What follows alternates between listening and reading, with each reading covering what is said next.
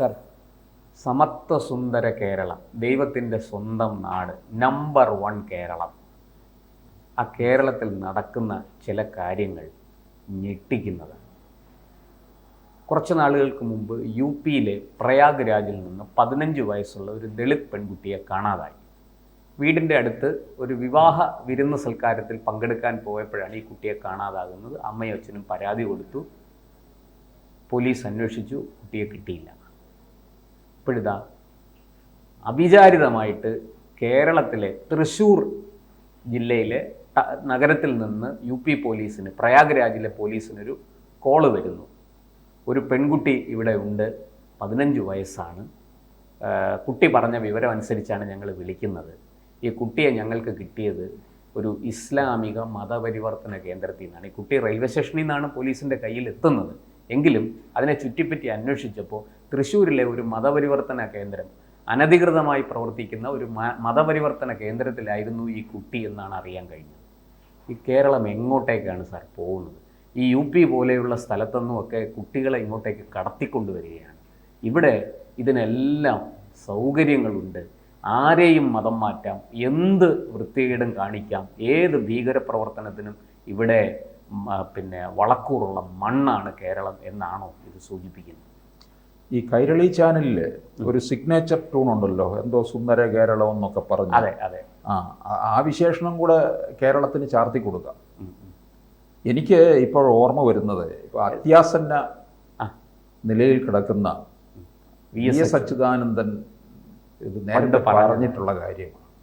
അദ്ദേഹത്തിന് കാര്യങ്ങൾ, അദ്ദേഹത്തിന് 2010 ഡിസംബർ മാസത്തിലാണ് അദ്ദേഹം ഇത് പറയുന്നത്. അദ്ദേഹം വെറും ഒരു രാഷ്ട്രീയക്കാരൻ മാത്രമല്ല, പരിസ്ഥിതി രാഷ്ട്രീയം അദ്ദേഹത്തിന് അറിയാം. ഇവിടുത്തെ മതപരമായിട്ടുള്ള നീക്കങ്ങളൊക്കെ ഇദ്ദേഹം അറിയാം. ഭീകരവാദം, മതപരിവർത്തനം, ഇതിനൊക്കെ എതിരെ ശക്തമായ നിലപാടെടുത്ത ഒരാൾ കൂടിയാണ് വി.എസ്. അദ്ദേഹം പറഞ്ഞല്ലോ, കേരളം ഇതിന്റെ ഒരു ഹബ്ബായി 20 വർഷം കൊണ്ട് കേരളത്തെ ഒരു മുസ്ലിം രാഷ്ട്രമാക്കി മാറ്റും എന്ന് അദ്ദേഹം അതാണ് പറഞ്ഞത്.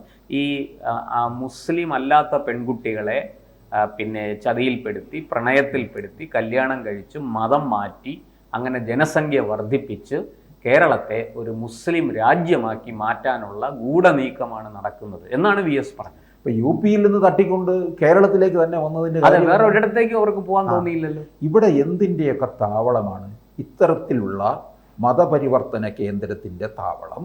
പിന്നെ അത് കൂടാഞ്ഞിട്ട് പോപ്പുലർ ഫ്രണ്ടിനെ പോലുള്ള ഭീകരവാദികളുടെ കേന്ദ്രം.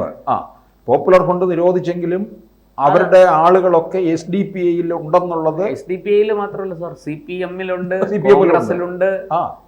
ഇത് അവർ BJP-യിലും നുഴഞ്ഞു കയറിയിട്ടുണ്ടോ എന്ന് അറിയില്ല. അതെ, ഇത് പ്രധാനമായിട്ടും 2 മുന്നണികളിലും അവർ പ്രൊട്ടക്ഷൻ കൊടുക്കുന്നുണ്ട് എന്നുള്ളത്. അതെ അതെ, കാരണം ഇത് വോട്ട് ബാങ്ക് കൂടിയാണ്. അതെ അതെ, ഇതിന്റെ പേരിൽ എന്ത് വൃത്തികേട് കാണിക്കാനും ഇത്തരക്കാർക്ക് അഴിഞ്ഞാടാനും ഈ 2 മുന്നണികളും അവസരം കൊടുക്കുകയാണ്.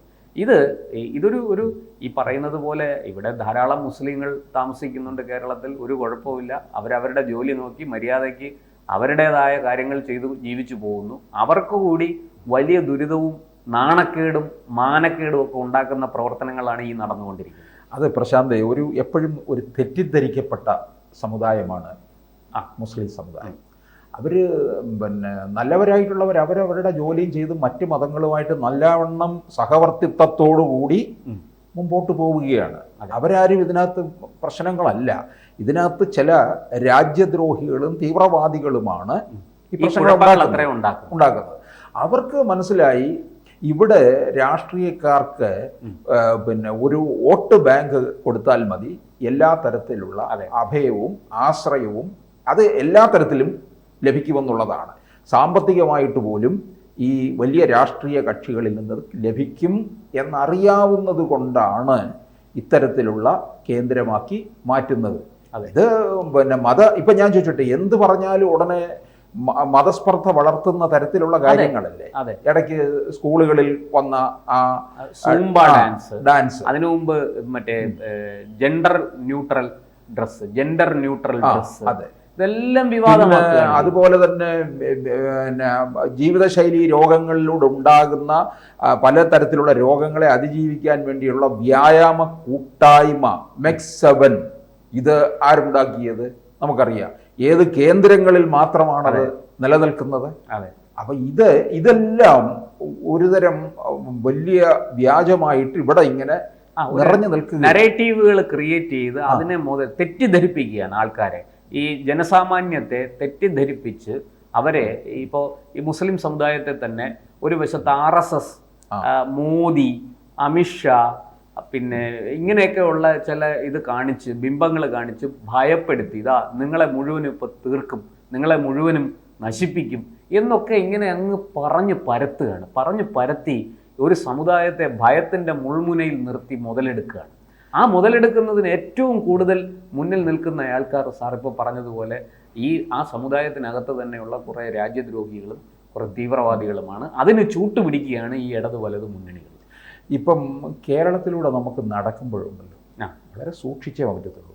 വിഷപ്പാമ്പുകളാണ്, ഇത്തരത്തിലുള്ള വിഷപ്പാമ്പുകൾ ഉണ്ടോ തറയിൽ നോക്കി നടക്കണം. അതെ, നമ്മളെ കൊത്തിക്കളയുമല്ലോ. അതെ, ഒന്നും പറയാൻ പറ്റത്തില്ല, ഒന്നും നോക്കാനും പറ്റാത്ത ഒരു സാഹചര്യത്തിലാണ്. എല്ലാത്തിലും ഈ മതത്തിൻ്റെതായിട്ടുള്ള എല്ലാം കലർത്തി, അതെ, ഊണിലും ഉറക്കത്തിലും വിഷലിപ്തമാക്കിയിട്ട് മതം മാത്രം തിന്ന് ജീവിക്കുന്ന കുറേ ആൾക്കാർ, കുറേ പ്രസംഗ തൊഴിലാളികളുണ്ട്. ഈ ഡോക്ടർ സക്കീർ നായിക്കിൻ്റെ പിന്തുടർച്ചക്കാർ, അയാളുടെ ശിഷ്യന്മാർ കുറേ പേരുണ്ട്. എന്തിലും ഏതിലും മതം കണ്ട് മതം മാത്രം പിന്നെ തിന്ന് ജീവിക്കുന്ന കുറേ ക്ഷുദ്രജീവികൾ എന്ന് തന്നെ പറയണം. പണ്ടൊക്കെ ഇത്തരത്തിലുള്ള ഈ മതചിന്തകൾക്കും മത തീവ്രവാദത്തിനും ഒക്കെ എതിരായിട്ട് എപ്പോഴും കേരളത്തിൽ നിന്നിട്ടുള്ളത് ഈ എഴുത്തുകാരാണ്. അതെ, സാംസ്കാരിക നായകർ. ഇപ്പോൾ അവർ മുഴുവനും CPM-ന്റെ വാലാട്ടികളല്ലേ, എങ്ങാണ്ട് കിടക്കുന്ന പിന്നെ സാംസ്കാരിക നായ്ക്കളല്ലേ. ഞാൻ സാംസ്കാരിക നായ്ക്കളെന്നാണ് പറയുന്നത്, നായകന്മാരല്ല. എച്ചിൽ കഷ്ണവും കടിച്ചു നടക്കുന്നത്. പി കേശവദേവിന്റെ ഗുസ്തി എന്ന് പറയുന്ന കഥ വായിക്കും. അതില് ആ മതസ്പർദ്ധ എത്രത്തോളം കത്തിക്കേറി പോകുന്നു എന്നുള്ളത് അത് എത്ര വർഷങ്ങൾക്ക് മുമ്പ് എഴുതിയത്. അതിനുശേഷമാണ് നമ്മൾ ഈ ഇന്ദിരാഗാന്ധിയുടെ പിന്നെ വധത്തിന് ശേഷം ഉണ്ടാകുന്ന സിഖ് കലാപമൊക്കെ തന്നെ വന്നിട്ടുള്ളത്. അത് NS മാധവൻ അത് കഥയാക്കി എഴുതിയിട്ടുണ്ട്. വൻമരങ്ങൾ വീഴുമ്പോൾ. അതാണ് പിന്നീട് ഹിന്ദിയിൽ അത് സിനിമയായി, കായാത്തരൺ എന്ന പേരിൽ. അതിൽ നമ്മുടെ ഏഷ്യാനെറ്റിന്റെ സ്ഥാപകനായ ശശികുമാറാണ് പിന്നെ അഭിനയിക്കുകയും ചെയ്യുന്നത്. കായാതരൻ സിനിമ അത്ര ഓടിയില്ല, പക്ഷെ NS മാധവന്റെ കഥ അതിഗംഭീരമായിട്ടുള്ള കഥയാണ്, വൻമരങ്ങൾ വീഴുമ്പോൾ എന്നുള്ളത്. അപ്പൊ അങ്ങനെയൊക്കെ എഴുത്തുകാർ പ്രതികരിക്കുമായിരുന്നു കേട്ടോ. പൊൻകുന്നം വർഗീയൊക്കെ അത്തരത്തിൽ പ്രതികരിച്ചിട്ടുള്ളവരായിരുന്നു. ഇവരെ ഇപ്പോഴെന്താണ് ചെയ്യുന്നത്? സുഗതകുമാരി ഉണ്ടായിരുന്നെങ്കിൽ ഒരു കവിതയെങ്കിലും എഴുതി തീർക്കുമായിരുന്നു. ഇവർ സംഘടിതമായി പറയുന്നല്ലോ, അങ്ങനെ കുറച്ചു പേരുണ്ടായിരുന്നു. അവരുടെ കുറ്റി അറ്റുപോയി. അത് ആ വംശപരമ്പര അങ്ങ് പഴയ ഉള്ളവരെന്താ മനുഷ്യനാകണം എന്ന് പാടുന്നവൻ സർക്കാരിന്റെ പിന്നെ മൃഷ്ടാന്നം മുഴുവൻ പിണറായിയുടെ ആസനം താങ്ങി നടക്കുന്നവരാണ്, അറിയാമോ? സാർ, ഇവിടെ ഈ തൃശ്ശൂർ സംഭവത്തിലേക്ക് വന്നാൽ, ഇപ്പോൾ ഈ തൃശ്ശൂരിൽ ഒരു താജ് മുഹമ്മദ് എന്ന് പറയുന്ന ഒരാൾ ആണ് ഇതിന്റെ സൂത്രധാരൻ. ഇത്തരത്തിൽ മറ്റ് സംസ്ഥാനങ്ങളിൽ നിന്ന് കുട്ടികളെ കടത്തിക്കൊണ്ടുവരിക, പ്രത്യേകിച്ചും ദളിത് കുട്ടികളെ കടത്തിക്കൊണ്ടുവരിക, അവരെ മതപരിവർത്തനം ചെയ്ത് ഇസ്ലാമിലേക്ക് മാറ്റുക, എന്നിട്ട് അവർക്ക് പരിശീലനം കൊടുത്ത് അവരെ ഭീകരവാദ പ്രവർത്തനങ്ങൾക്ക് റിക്രൂട്ട് ചെയ്യുക. ഇതൊക്കെ എനിക്ക് വലിയ അത്ഭുതം തോന്നുന്നു. ഇവിടെ കേന്ദ്ര സർക്കാരിന് പോലും ഇടപെടാൻ പറ്റുന്നില്ല. ഇപ്പോൾ UP പോലീസ് വലിയ തോതിൽ ഇതിനകത്ത് ഇടപെട്ട് കഴിഞ്ഞു. കേരള പോലീസിൻ്റെ അടുത്ത് വളരെ കൃത്യമായിട്ട് അവർ സഹകരിക്കണം, അന്വേഷണത്തിൽ സഹകരിക്കണമെന്ന് ആവശ്യപ്പെട്ടിട്ടുണ്ട്. ഈ താജ് മുഹമ്മദിനെ എങ്ങനെയും പിടികൂടാനുള്ള ഒരു കടുത്ത പരിശ്രമത്തിലാണ് UP പോലീസ് ഇപ്പോൾ മുന്നോട്ട് പോകുന്നത്. അത് അയാളെ പിടികിട്ടിയിട്ടുണ്ടോ ഇല്ലയോ എന്നറിഞ്ഞില്ല. ഇത്തരം സംഭവങ്ങൾ, ഇതിപ്പോൾ അൺടോൾഡ് കേരള സ്റ്റോറി എന്ന് പറഞ്ഞൊരു പുസ്തകം ഡൽഹിയിൽ പ്രകാശിപ്പിച്ചു കഴിഞ്ഞ ദിവസം. ആ പുസ്തകം നമ്മുടെ സുദീപ് തോസനൊക്കെ, അദ്ദേഹമാണല്ലോ ദ കേരള സ്റ്റോറി സിനിമയുടെ സംവിധായകൻ. അപ്പോൾ അതുപോലെയുള്ള ആൾക്കാരെല്ലാം അവിടെ ഇതിൽ പങ്കെടുത്തു. അവർ ഈ സംഭവം പറയുകയാണ്. ഇങ്ങനെ കേരളത്തിൽ ഇത് സമീപകാലത്ത് നടന്നതാണ്. ഇത് നമ്മുടെ പത്രങ്ങളിലോ ഇതിലോ ഒന്നും വന്നിട്ടില്ല, ഇത് ചർച്ചയായിട്ടില്ല, വാർത്തയായിട്ടില്ല. എന്തൊരു ഭീകരമായ അവസ്ഥയാണെന്ന് നോക്കണേ. ഇത്തരത്തിൽ ഇത് സമൂഹത്തിന് മുഴുവൻ ആപത്തുണ്ടാക്കുന്നതാണ്. ഇത് കേവലം ഏതെങ്കിലും ഒരു മതവിഭാഗത്തിന് മാത്രമുള്ളതല്ല, മുഴുവൻ സമൂഹത്തിനും ആപത്തുണ്ടാക്കുന്ന നമ്മുടെ പെൺകുട്ടികളെ ഇത്തരത്തിൽ നശിപ്പിക്കുന്ന ഒരു വലിയ ലോബി ഇവിടെ പ്രവർത്തിക്കുന്നു, ഒരു വലിയ എന്താ പറയണ്ടേ ഒരു തീവ്രവാദ പ്രവർത്തനം നടക്കുന്നു.